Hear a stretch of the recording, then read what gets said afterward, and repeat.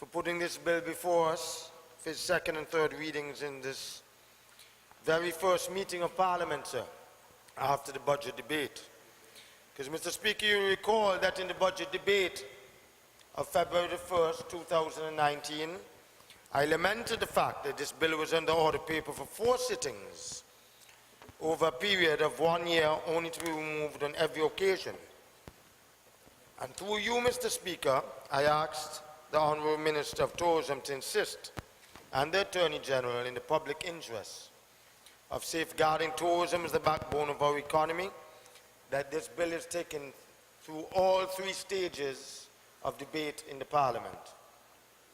3 readings and pass at the next sitting of the Parliament. So I'm extremely happy with the prompt attention given to this very important matter by the Attorney General, and privileged to make my contribution to the debate on the Tourism Licensing and Classification Bill. The member for St. John's Wood North gave us a very comprehensive and detailed overview of the bill, so I don't need to get into all of the details of the bill. Suffice to say, Mr. Speaker, while I'm no longer serve as the Minister of Tourism, this bill is very dear to me. And it's very dear to me, sir, for a number of reasons, which I would like to share with you and the Honourable House. First of all, sir, after the elections of 2014, we recall that the Prime Minister entrusted me with the portfolio of tourism, economic development and investment. But, Mr. Speaker, upon taking up that position as Minister of Tourism, in the ministry headquarters, I was confronted, sir, with both vertical and horizontal confusion left behind by the previous Minister of Tourism and the previous administration.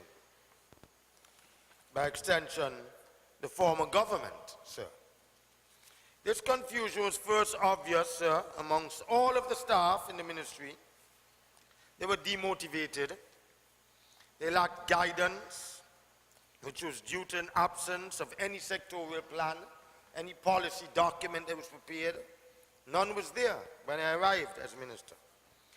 Needless to say, at this point, sir, the staff was disconnected, and they were actually oblivious to what was happening within the industry. Staff were actually going home at midday because also of the physical conditions of the ministry headquarters, which the former Minister of Tourism then, under the UPP, refused or even did not attempt, sir, to fix the physical structure of the building.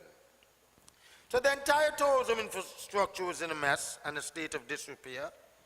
More particularly, the Heritage Quay Pier was drawing severe criticism from all of the cruise lines. Additionally, the existing facility could not berth the Oasis-class vessels, which, as you know, is the larger class of cruise ships operated by Royal Caribbean Cruise Lines. But, Mr. Speaker, with all of the advanced plans for the state-of-the-art cruise arrival facilities, the expansion, the modernization of the hotel plant, and more effectively, the technology-driven direct marketing and promotion that we heard from the Honourable Member of St. John's Wood North during his budget debate, the record-breaking performances in the tourism sector last year in 2018. But we need to pay closer attention to the integrity of the product. The former Minister of Tourism, Lester Bird, always says, if you do not revive and re-energize your product, you will end up having no product. And you cannot have an integrity of product, sir, without standards of service excellence that will meet and exceed the expectations, sir. Because we live in a very global tourism, it's very competitive. And it's a globally competitive environment that we live in. So, Mr. Speaker, all of this was exacerbated by the wild, wild west operations of the tourism industry when we came into office in 2014, lest we not forget. As it related to licensing, there was no licensing, there was no standards, there was no professionalism of the industry. I mean, we characterize the beaches as just the beginning, but if that were to be taken seriously, the visitors would beg to be spared the rest. And as I've all said in my budget debate, and I repeat here, due to the proliferation of illegal vending, I know that some of the vendors will get upset with me, but the truth has to be said. the selling of drugs on the beaches, the harassment of visitors. I mean, I've had many, many calls from former Senior Minister Sir Robin about the vendors on the beaches, the harassment, the sale of drugs on the beaches, and what are we doing? And even unlicensed vendors offering everything for sale to the visitors. So the cruise lines were vehemently complaining about the level of taxi services that were being offered also. And visitors were complaining about the horrible experience that they had at some of the properties. It was just mentioned by the member for St. John's Rural North. I want to reinforce it.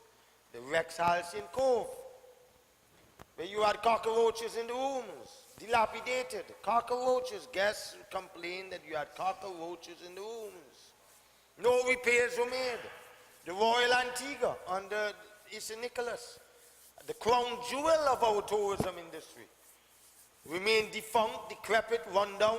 The UPP sold it to him, I think, for 14 million US, with a promise to renovate it and spend an additional 15, 16 million US. He did not spend a cent on bringing back that hotel to its glory days.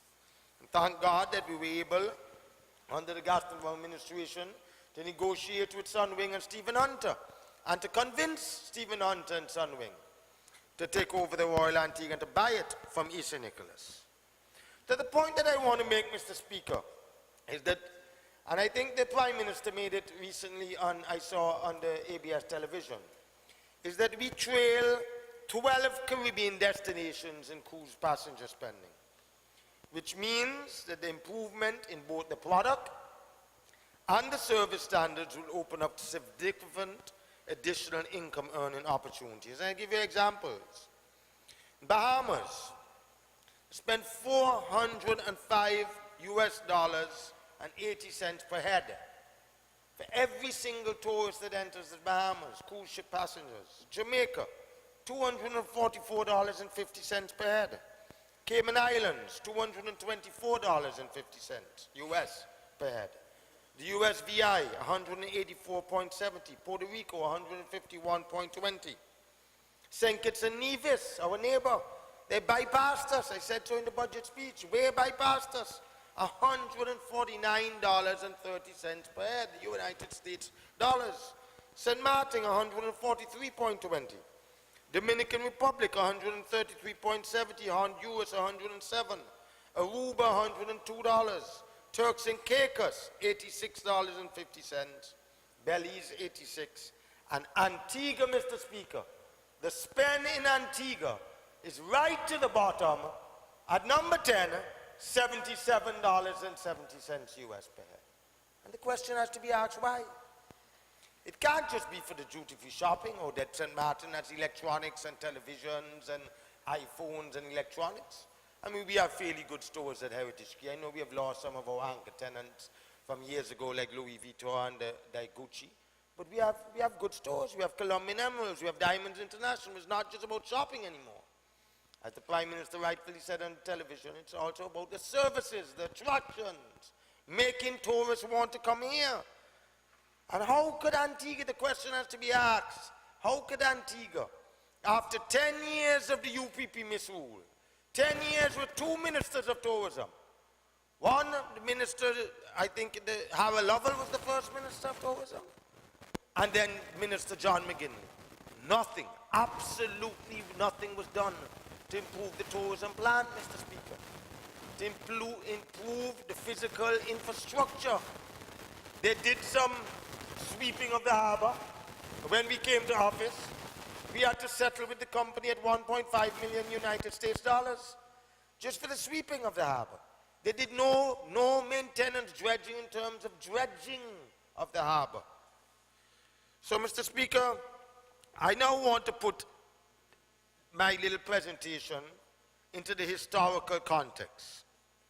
Shortly after the Labour Party took office in 2014, the Honourable Prime Minister requested that we reach out to Miss Michelle Page. We all know Michelle Page. She's an iconic figure. She's an institution in herself at the Florida Cruise Caribbean Association, the FCCA, and all our major cruise line partners in an attempt to re-establish and let them know, listen, Antigua is open up for business, Barbuda is open up for business.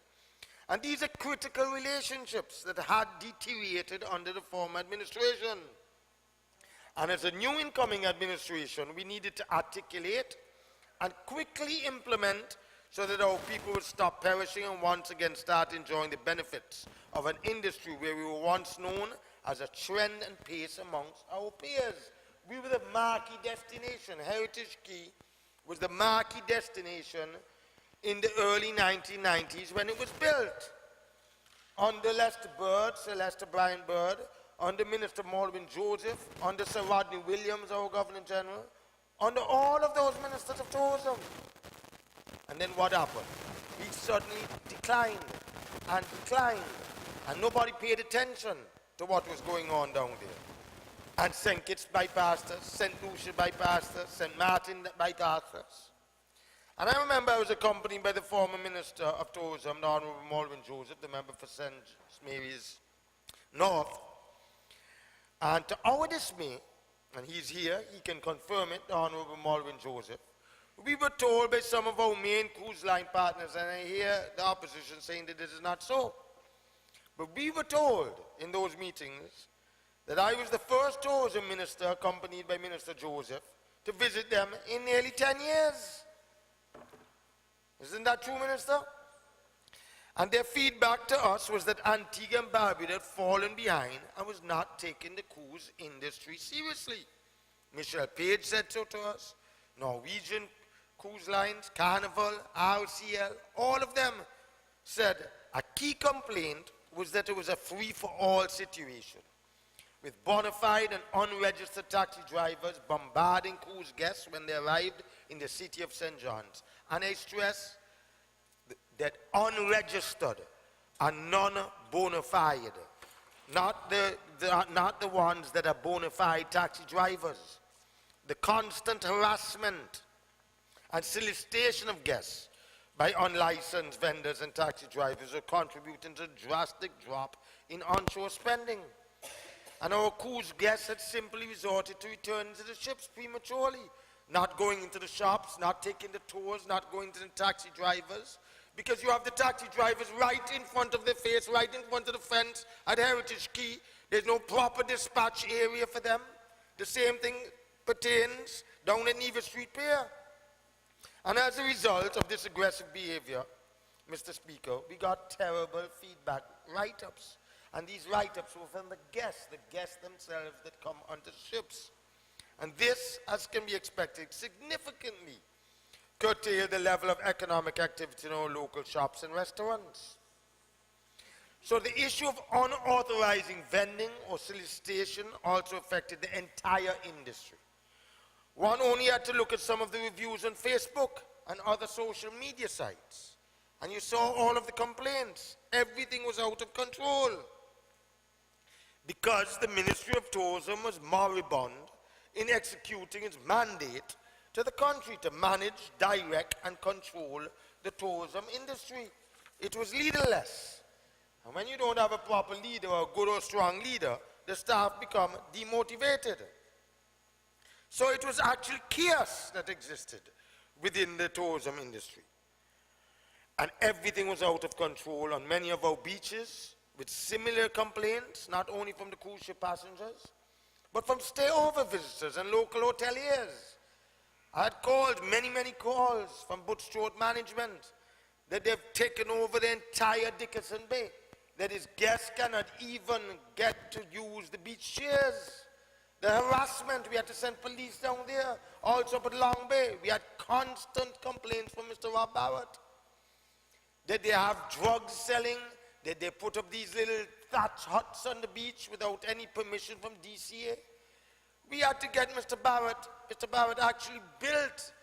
He built for the vendors to improve the aesthetics down at Jolly Beach. I think about 20 or 30 model vendor places to house them. And he leased them, I think, for peppercorn. I think it was something like $10 a month. So that you don't have a shanty town at one of your finest beaches down at Jolly Beach or at Dickerson Bay. So it's not just the cruise ship passengers, but the stay-over visitors and the stay-over visitors in the hotels that were complaining. because our visitors were being harassed with everything. From kids walking up on the beaches with walkathon sheets, to persons offering aloes rub down, massages, illegal substances, marijuana, and even sex tourism, prostitution was also on the menu, Mr. Speaker. It's a fact. And something needed to be done, and something needed to be done quickly. So that is why this act is so important, what we are doing today. Some people may think, oh, it's just standards and licensing. No. If you cannot have a serious tourism industry and tourism plan without proper discipline, without standards, you have to, Mr. Speaker. So, as the former Minister of Tourism, at the risk of sounding modest, and the Minister gave me credit, but truth be told, I quickly established the correction of this lack of standards as a critical part of my agenda in addressing a problem that, if left unchecked, had the potential to literally destroy all that the Labour Party and the previous Labour parties had built over the years. So I am pleased that our efforts have now led to the imminent passage of this Tourism Licensing and Classification Act, which we are passing in this Honourable House today, because it will bring a sense of order, it will bring a sense of normalcy, it will bring a sense of discipline, of how small business operators retail their goods and offer services to our visitors, and also hotels. Hotels also have to be categorized. You cannot have hotels offering and saying on the website that they are 5-star when they're really a 3-star hotel. Or they're a 3-star and they're really a 2-star hotel.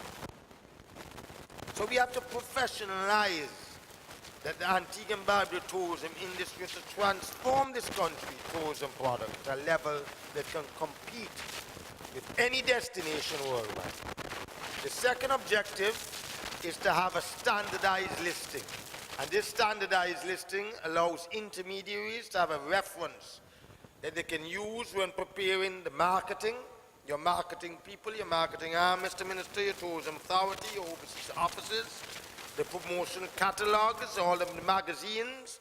Also, when you go out, Mr. Minister, to negotiate with your wholesale deals and the hoteliers, when putting together a customized, wholesome product, you will have the necessary data at your fingertips. Furthermore, on the national level, a system of licensing and classification highlights the government's desire to bring the quality of the national tourism product to a higher level. So after much research and brainstorming, we now have a comprehensive piece of legislation. And this legislation encapsulates the best practices from not just within the region. We looked at what occupied in the Bahamas, Bermuda, St. Vincent, Turks and Caicos, Cayman Islands. But we looked further. We looked at countries such as South Africa and Singapore, who have very strong legislation governing licensing and standards of tourism service providers. So as the saying goes, next to excellence is the appreciation of it. And I must mention, I know the minister mentioned briefly, but I want to reiterate and thank the hard-working technical staff in the Ministry of Tourism, the Investment Authority, and also in the Ministry of Legal Affairs and Attorney General's Office. I know we had our differences, Mr. Ryan Johnson, in terms of how I saw the act. Because although the minister wants to take away, and he's right in terms of the recommendation of that point, you had a committee, in effect, that took away all the power from the minister and vested all the power in your advisory committee. And I had to say to you, Mr. Johnson, with the greatest respect, it's an advisory committee that advises the minister. It's not the minister to advise the committee. In fact, if the Prime Minister wants to bring royalty to Antigua to build a hotel or have a new investor, how the first draft was acted, Sir Robin, was that this advisory committee had to give a license to a new hotel, not cabinet, you know. I said, well, no. I went to the Attorney General, and he can recall, he said, Mr. AG, this is wrong. I objected. It was a back and forth, and in the spirit, and Mr. Johnson is a good civil servant, he saw my point of view. But it was not just Mr. Johnson, he was being pressured by different sectors that they wanted to take away the power from the minister, the power from the cabinet in granting a license to a hotel. I can understand tour operators and horseback riding and things like that. But if you have a major investor, Mr. Minister of Tourism, coming into your country, you want your investment tourism committee to tell you, you and your cabinet, that you can't allow Sunwing to take over Jolly Beach, or you can't allow Sunwing to take over Rex Halcyon? Absolutely not. But I think that it's important to go on record to thank the technicians, especially Mr. Ryan Johnson, Mr. St. Clair Solin. He worked tirelessly in drafting this. I think I appointed him to chair the committee. The permanent secretary then, Ms. Paula Frederick Hunt, and Ms. Shirley Nibbles, the tourism consultant then, Mr. Colin James from the Tourism Authority, and Ms. Veronica Yearwood from the Investment Authority. They've all put in human service to ensure that a key building block for this country's tourism has been laid. And it would not have been possible without their collective efforts. So I really would like to thank them and congratulate them.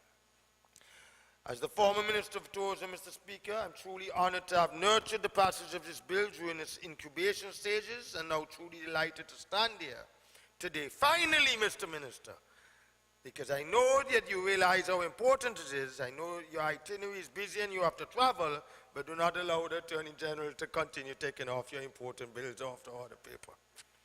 Because this was a promise made, and it's a promise kept. We made a promise in the manifesto that we would do it. So it's a promise made, and it's a promise kept, so the Prime Minister can check off that he has kept one of his promises. So the enactment of this piece of legislation is very critical in meeting our objective to professionalize the tourism industry. We're requiring that all tourism enterprises and practitioners require formal certification. That is important. Formal certification. It is to ensure we're not trying to be onerous and hard and difficult, but it's to ensure that we are following internationally benchmark standards to get formal certification. So we are starting from scratch, and we are refusing to accept the status quo of what we've obtained for many, many years in the industry. And this is critical in ensuring vital improvements in our tourism industry. If we have no standards, I think it was the poet, the African-American poet from the Harlem Renaissance, Mr. Benjamin, AG, who wrote, and I know you would know this, acceptance of prevailing standards often means that we have no standards of our own. End of quote. So I'm delighted that our efforts have ensured that we now have our very own, and we have a model piece of legislation that the other jurisdictions, just like in the financial services industry, Mr. AG, we have model legislation that they can look upon and say Antigua is leading the way. Also in the environmental legislation, Mr. Malvin Joseph, that we are leading the way with the ban of the plastic bags and the ban of the plastic styrofoams, and that we are leading the way in terms of our commitments to the environment. So I'm delighted our efforts has ensured that we have our own in support of this effort. I'm sure, Mr. Minister, that you are going to have the Antigua and Barbuda Hospitality Training Institute. I think now, I'm not sure, it's under the Minister Michael Brown, the hospitality, but Mr. Minister of Education, it is critically and quintessentially important that you mandate the Antigua and Barbuda Hospitality Training Institute to be aligned to offer the appropriate training courses and certifications immediately on their syllabus to train all of the stakeholders. And this will ensure that the workers in the industry are fit for the purpose of their work. And clearly it is quintessential to change the industry for one of last resort to an industry that is new, an industry that is vibrant, an industry that is attractive to the most talented individuals in the country. So the Tourism Licensing Classification Act will go a long way in building our human capacity and improving the level of service that's offered to our visitors in the country. And as you said, Mr. Member for St. John's Rural North, it also acts as a data gathering tool. So the creation of a licensing process will enable the ministry to gather key data that is critical in making good business decisions. For example, Mr. Speaker, to ascertain the number of rooms on island, as well as the number of saleable rooms. Because sometimes we say we have 3,000 rooms on the island, but in truth and in fact, we only have 2,400 or 2,300 saleable rooms. And when you took, before Sunwing came into the country, and you had Royal Antigua shut. You had Jolly Beach was shut before Barbuda took it over and subsequently Sunwing. And you had Halcyon. Mr. Prime Minister, I don't think we had more than 2,000 saleable rooms. 2,500?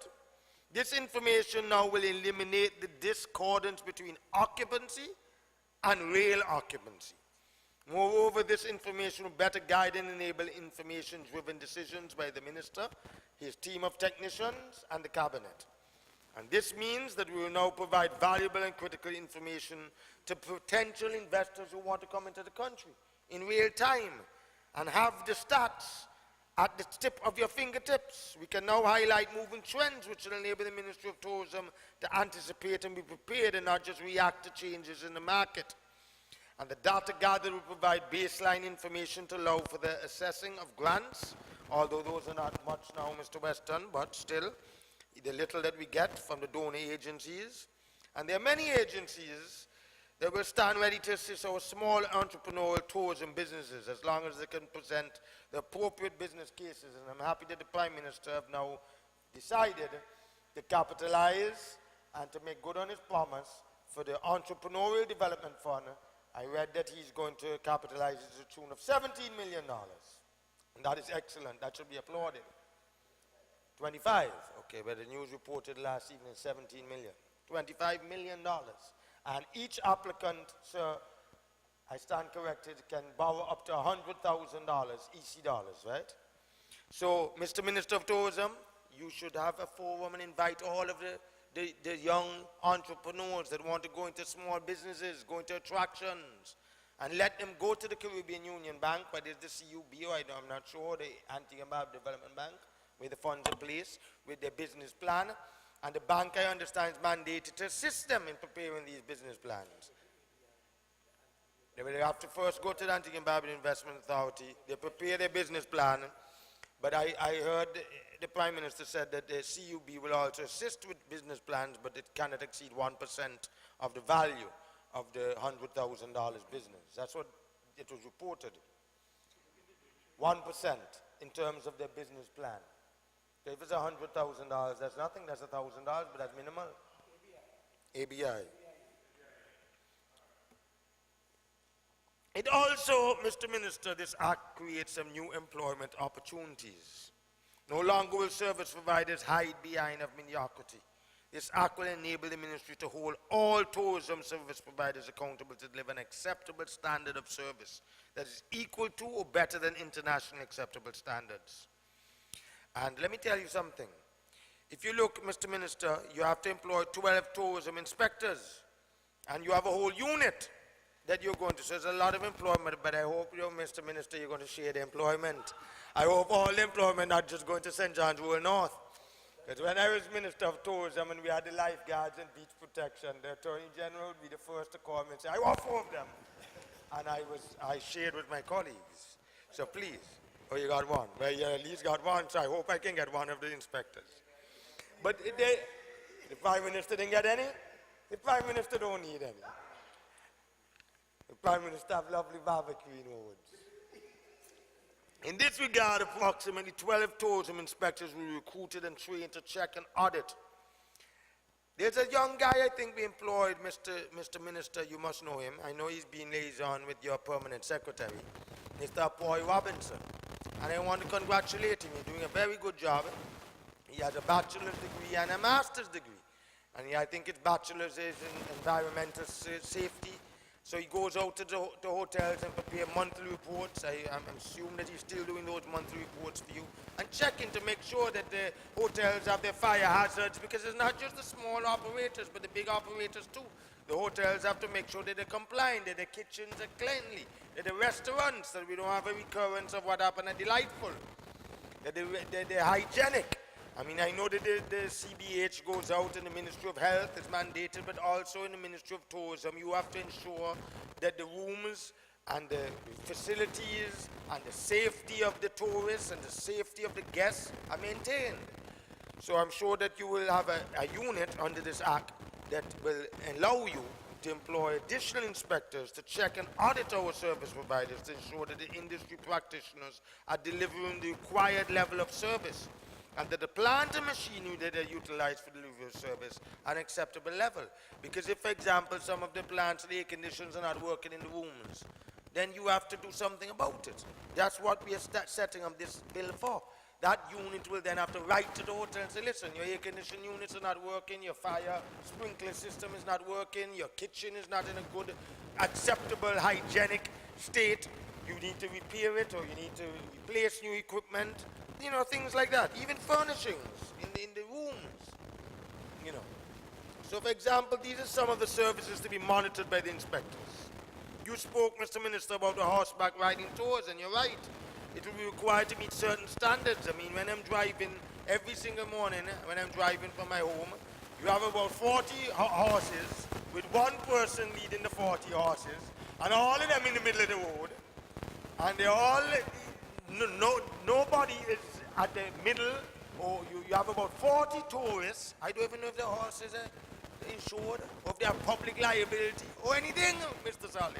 So, you know, that is, you know, we may think it's something that is not important, but it's very important, because if you have one tourist fall off of that horse, one tourist, and then they sue you, and of course they need helmets and all of that, all of the standards as it relates to the maintenance of the animals, the terms of safety, the operations, as well as cleaning up the poo-poo and the waste that are all on the roads, that the horses, they have to also, the littering from the horses. That has to be dealt with too. They can't be in the business and then they go all on our highways and they're leaving all the dunk on the highways and they don't clean it up. And they're making money from the horseback riding. You got to do something about it, Mr. P.S. I know you're a serious man, you know. That's why Max have you there. And every ground transportation provider, to include all of the taxis, the tow jeeps, the buses, will now have to meet acceptable standards in order to operate. And the inspection will provide adherence to quality as outlined in this Act and ensure that all services provided under the tourism classification regulations not just meet international expectations, but surpass those. We want to bypass and surpass our regional competitors so that we are the best in Antigua and Barbuda. So the legitimate service providers will be protected from unfair competition. Because you have a ton of taxis down at Heritage Street, they're not registered. They're not part of St. John's Taxi Association, the same thing up at the airport. I'm sure Sir Robin have to run them and have his airport people put them off the compound. It is wrong. And then they're putting on number plates. Now, if you get in an accident with a tourist, where's the liability? Where's the insurance? They're not even part. They have no inspections from the Transport Board. So with this Act now, all of that will solve that.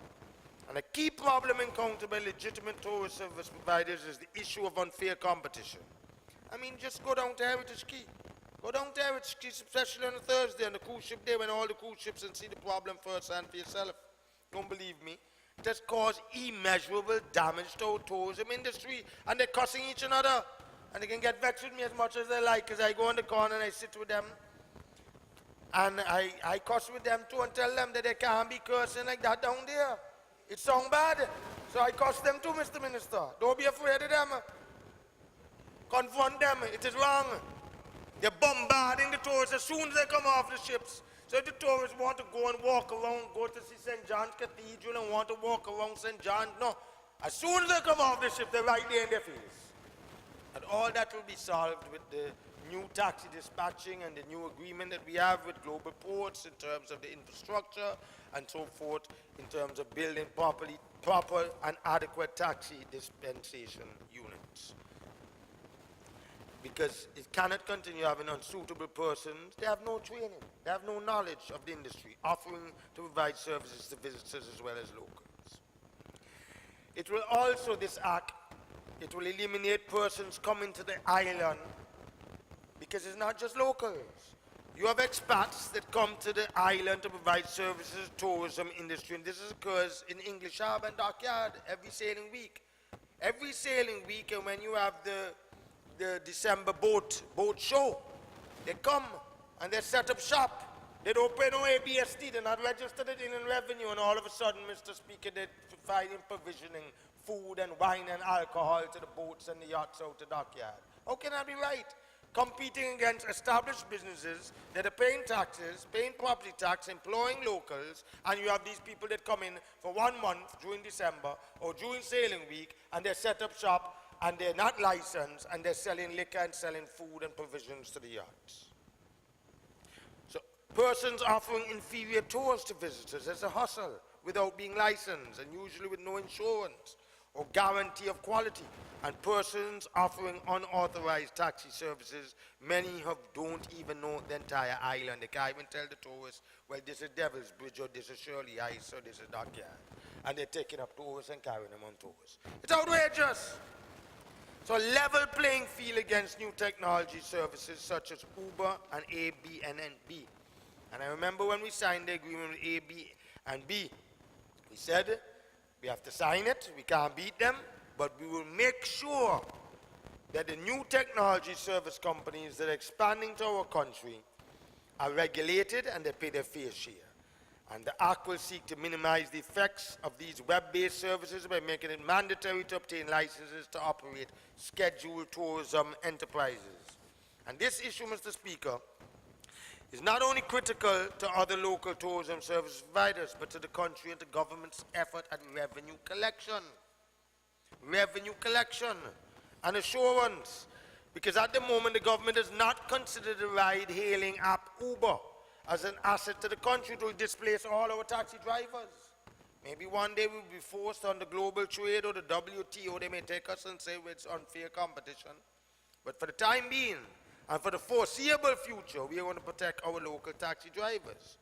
So this app will not be licensed to operate in Antigua and Barbuda. However, should this change in the future, the mechanism is there now under this legislation to capture it, to regulate the operations, and to tax them, and to bring them into the tax net.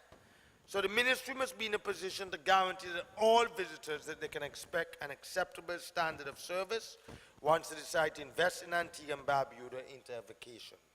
And to this end, the Ministry of Tourism will ensure that any property that is offered as a tourism enterprise by Airbnb must not just meet acceptable standards, but also require, Mr. Minister, that Airbnb collect and remit the appropriate ABST to the government. Because right now they're not doing it, and I know, Mr. Minister, Chairman of the Finance Subcommittee, that you mandated your Indian revenue people to make sure that Airbnb are paying over the ABST to you, because you're losing revenue. I hope they're doing it now. They're not doing it still? Well, we got to do something about it. There needs to be closer. Well, to be fair, you know, I don't want to get into that. That's the minister's purview. I'm not the minister no more, but he had a very good lady there that he didn't renew her contract, but she did a wonderful job to go and find all of those small properties all over the country. She went in her own vehicle up and down the country, and she found all of those private properties down in Galley Bay, at St. James's, in Jolly Harbor, at Pigeon Point, all of those private homes that were not paying any tax, not just ABST.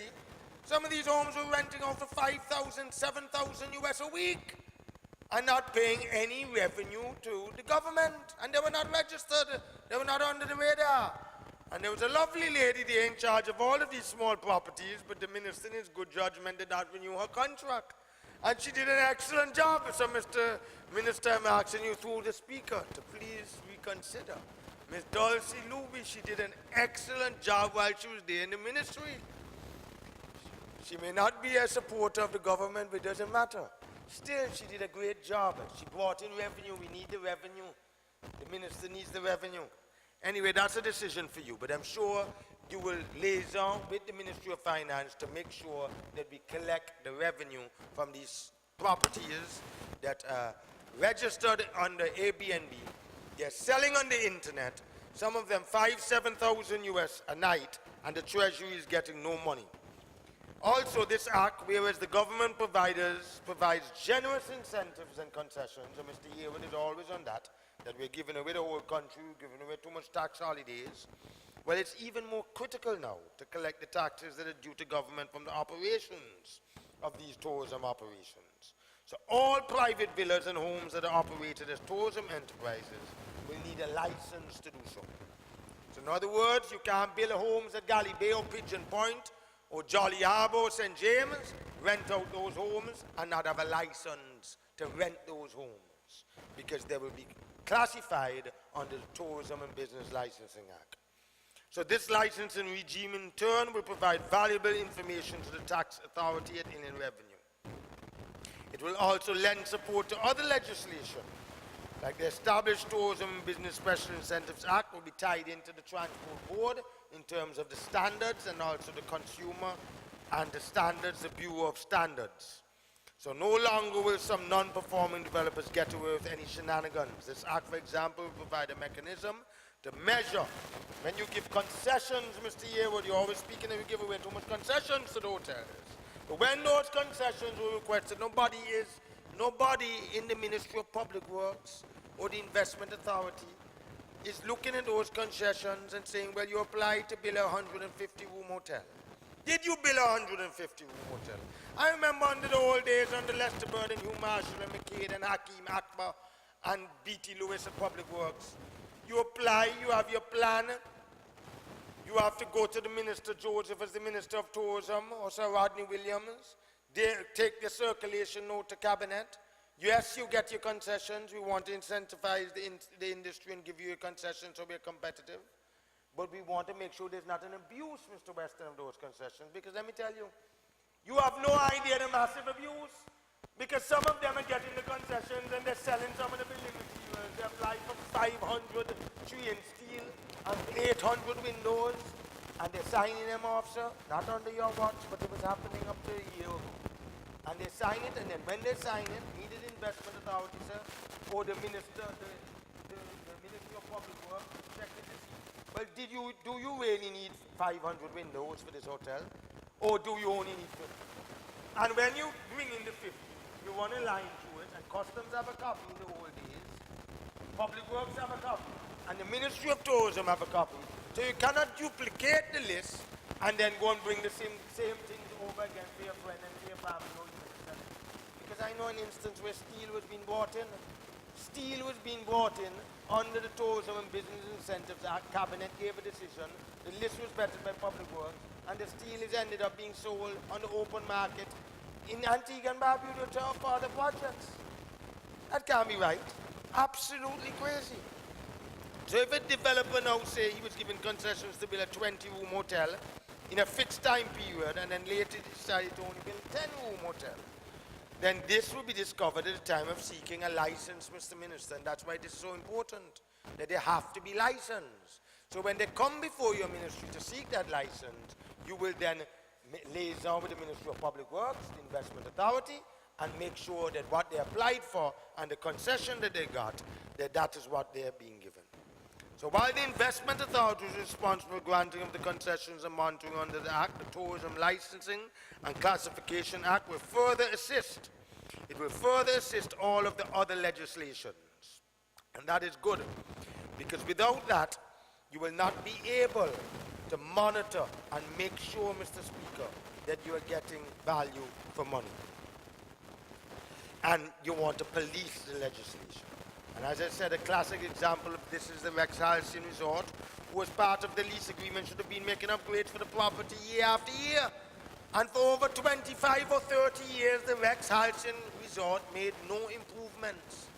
No improvements, just left the hotel, just raked in all the profits, and left the hotel to be run down, ramshackle, decrepit. And for years this was not done, to the end results in numerous guest complaints, the country suffers, and then you get scores of poor quality rooms that cannot be sold. They are unsaleable rooms. So this act will also serve as a bridge between the acts such as the Transport Board, the Small Craft Act, and in this regard, the Ministry of Tourism will be working closely with all of the departments, for example, Adams, to ensure that proper regulated and safe equipment is being used to provide tourism services.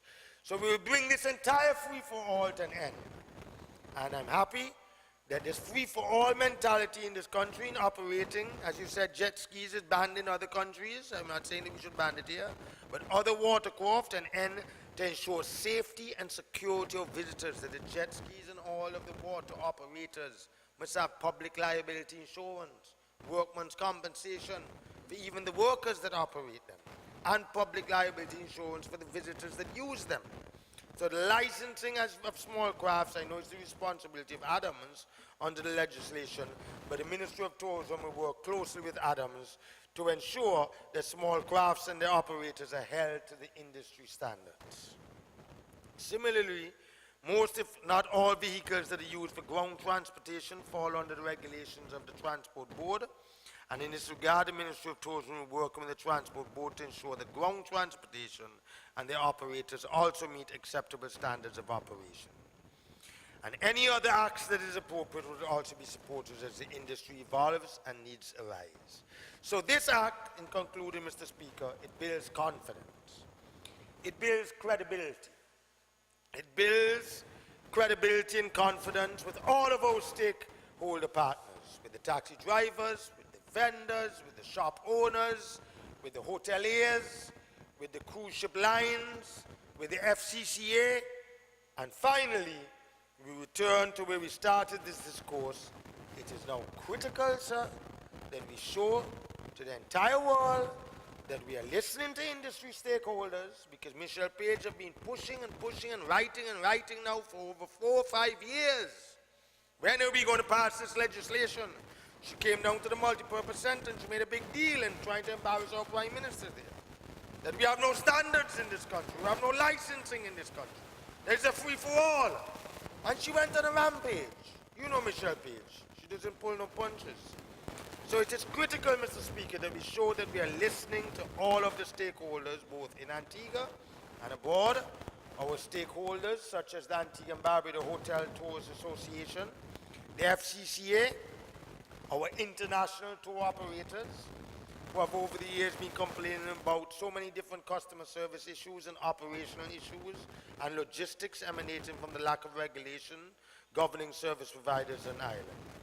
So this act is not envisioned in any way as a barrier to the entrance of the tourism. I want to underscore that. It's not a barrier.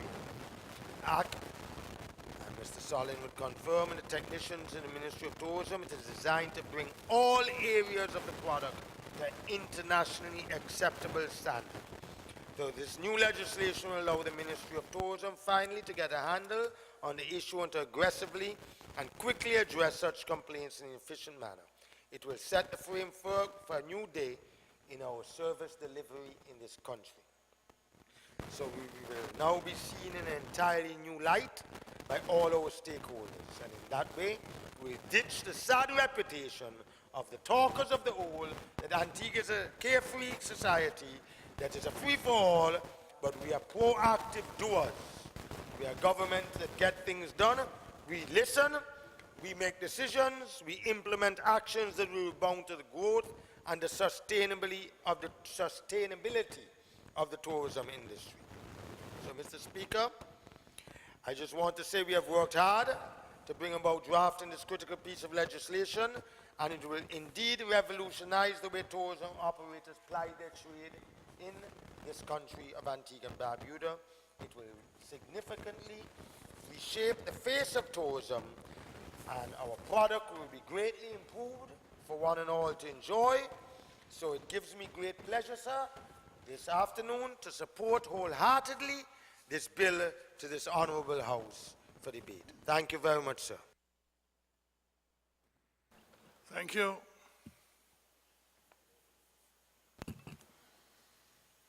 Mr. Speaker, at this time, Mr. Speaker, I must move the motion that this House be adjourned until 3 o'clock? Until 3:30, Mr. Speaker, to continue debate on this most important bill. Take the second that.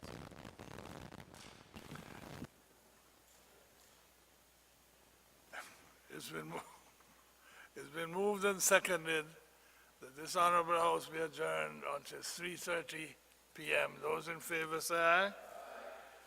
Those against say no. I think the ayes have it. The House stands adjourned.